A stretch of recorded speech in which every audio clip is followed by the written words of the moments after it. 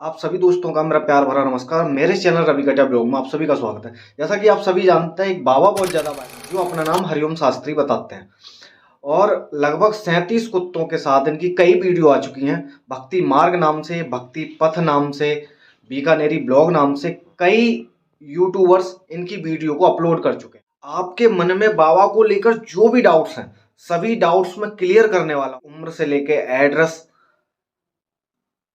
Fees, सभी doubts आपके clear होने वाले हैं। वीडियो को अंत तक देखना है। अगर वीडियो को आप अंत तक नहीं देखेंगे तो आप नहीं समझ पाएंगे कि उनका एड्रेस क्या था, उनका फोन नंबर क्या था, क्या फीस लेते थे और कितना सच है और कितना झूठ है। पूरे डाउट क्लियर करूंगा, क्या फर्जी व्यक्ति है और कैसे। आप सभी जानते हैं मैं पहले से कि क्रॉस चेक करने की मेरी आदत है, जिससे कि आप सभी लोगों का नुकसान ना हो, आप सभी लोग अंधविश्वास में ना फंसे। इस वजह से मैं ये वीडियो बना रहा हूँ। दूसरी बात, आप सबको मैं पहले ही क्लियर कर दूं कि मैं सनातन प्रेमी हूँ, ना कि सनातन विरोधी। मेरा उद्देश्य किसी की भी भावनाओं को ठेस पहुंचाना नहीं है, बल्कि सच्चाई का पता लगाना है और सच्चाई तक पहुंचना है। उम्मीद करता हूं आप सभी को मेरी ये वीडियो पसंद आएगी। मेरा ये ब्लॉग आप सभी को बहुत ज्यादा पसंद। लास्ट में फोन नंबर भी देखे। इसमें भाई साहब सबसे पहला क्वेश्चन बनता है कि उनका नाम क्या है और उनकी एज क्या है। तो उनका नाम हरिओम शास्त्री है जो उनके द्वारा बताया गया है, और उनकी एज लगभग 60-65 के करीब है। ठीक है। दूसरी बात, ब्लॉगर्स ने उनकी वीडियो बनाई है। दूसरा क्वेश्चन आता है, क्या वो 37 कुत्तों के साथ रहते हैं। तो भाई साहब, कुत्ता इतना वफादार जानवर होता है कि अगर आप उसको 2-4 बार रोटी डाल दो तो तुम्हारे पास ही बना रहेगा, मतलब तुमसे प्यार करेगा। कोई भी बेजुबान जानवर से ही हमसे प्यार करने लगता है अगर हम उसको प्यार करते हैं। तो महाराज जी कुत्तों को पालते हैं। बेजुबान जानवर जो हैं, खासतौर से कुत्ते, उनसे उनको प्यार है और लगभग 35-36 कुत्ते उनके पास हैं जिनको वो पालते हैं। तो जिनको बढ़ा चढ़ाकर पेश किया जाता है कि 37 कुत्तों के साथ रहते हैं, उनकी भाषा समझते हैं, तो ऐसा कुछ नहीं है। वो बस उनके साथ रहते हैं, उनको प्यार करते हैं, खाना देते हैं, और इसीलिए वो कुत्ते प्रेम स्वरूप उनके पास रहते हैं। 2 क्वेश्चन आपके क्लियर हो गए। इसको आप चमत्कार नहीं कहेंगे, ये कोई चमत्कार नहीं है। आप भी रोज कुत्ते को खाना डालो तो कुत्ता आपके पास इतने प्यार से रहेगा जितना इंसान आपको प्यार नहीं करेगा उतना आपको कुत्ता प्यार करेगा। दूसरा क्वेश्चन बनता है कि उन पर कौन कौन सी विद्याएं आती हैं।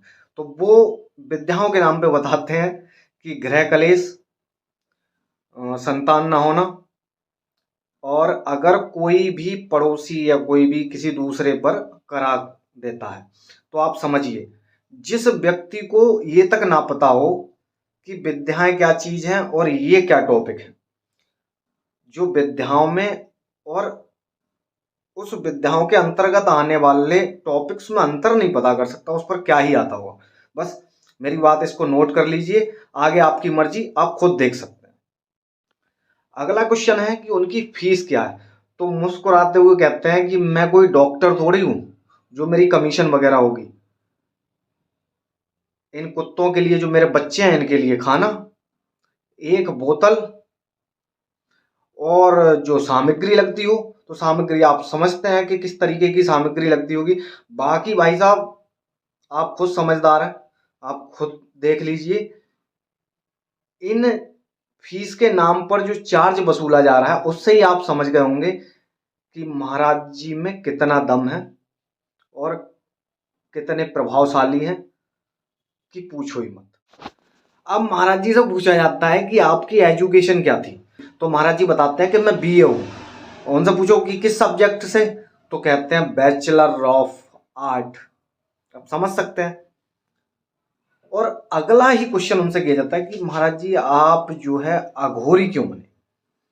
तो उन्होंने कहा पहले मैं सन्यासी था, अघोरी जो है बाद को बनाऊं।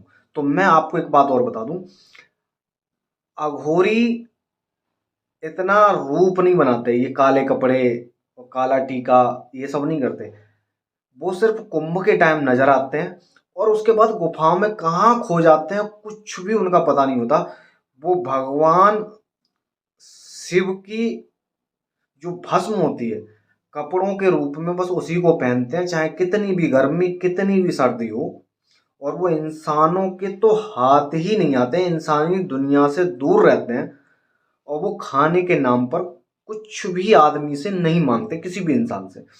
दूसरी बात, वो ये सब क्रियाएं भी नहीं करते अगर अघोरियों की बात करें तो। दूसरी बात, हाथ में खोपड़ी रखकर, इंसानी खोपड़ी रखकर या रूप बनाकर कोई भी आजकल कुछ भी कह दे रहा है और लोग उस पर विश्वास कर रहे हैं। बहुत सारे कमेंट आते हैं कि उनका पता दे दीजिए, हमको एड्रेस दे दीजिए। अब आप खुद समझदार हैं कि आपको उनके एड्रेस की ज़रूरत है या नहीं। मेरा पर्सनल ओपिनियन यही है कि वो कहते हैं कि मैं उसका इलाज करा सकता हूँ कि कोई किसी पर कर देता है, तो श्री प्रेमानंद महाराज जी कहते हैं कि जो ईश्वर को मानता है उस पर कौन क्या कर देगा। तो भाई साहब, ईश्वर को मानिए और ऐसे लोगों को छोड़कर, यानी तामसिक क्रियाओं को छोड़कर सात्विक क्रियाओं की ओर चलिए। सत्य सनातन को पहचानिए, सनातन की ओर चलिए। मैं फिर कह दे रहा हूं, मैं सनातन विरोधी नहीं हूं, सनातन प्रेमी हूं। अंधविश्वास से लोगों को चाहता हूं कि वो सत्य सनातन को पहचाने। इन अंधविश्वासियों ने ही हमारे धर्म को खोखला कर रखा है। ऐसे ढोंगी ही हमारे धर्म को लगातार खोखला कर रहे हैं और जिससे हमारे धर्म का नाम खराब होता है। तो ऐसे लोगों से दूरी बनाए रखें। अगर अगर आप तामसिक क्रियाओं में पड़ेंगे तो आपका जीवन का जो अंत होगा वो नरक बन जाएगा। ये बात याद रखिए, लिखित में है शास्त्रों में। तो सात्विक पूजा विधि को ही अपनाइए। किसी भी तामसिक तांत्रिक क्रियाओं के चक्कर में बिल्कुल भी ना पड़े। जितने भी तांत्रिक क्रियाएं आपके आसपास लोग करते हों या तामसिक क्रियाओं में लिप्त रहते हो, तो उन लोगों को आप देखिए कि उनके जीवन का अंत क्या हुआ। तो मेरी आप सबसे यही विनती है। बाकी जिस किसी को भी इनके बारे में पता हो, जो भी इनका एक्सपीरियंस रहा हो, वो मेरे चैनल के कमेंट बॉक्स में, मेरी वीडियो के कमेंट बॉक्स में आप शेयर कर सकते हैं, जिससे और लोग जो जाएंगे उनके लिए भी मदद मिलेगी और आप सबके लिए भी मदद मिलेगी। और हो सकता है मैं झूठ हूँ, क्योंकि मेरी बात पसंद नहीं आएगी। मैं गया था तो इन्होंने मुझको वीडियो बनाने से मना कर दिया, क्योंकि इन्होंने अपने क्वेश्चन पहले से ही तैयार कराए थे कि आप क्वेश्चन क्या क्या पूछने वाले हो। तो भाई मेरी मजबूरी थी, मैं ज़्यादा क्वेश्चन इनसे नहीं पूछ सका। आपको क्या लगता है इनके बारे में? अपने विचार कमेंट बॉक्स में जरूर दीजिए। जय श्री राम, जय सनातन, जय महाकाल।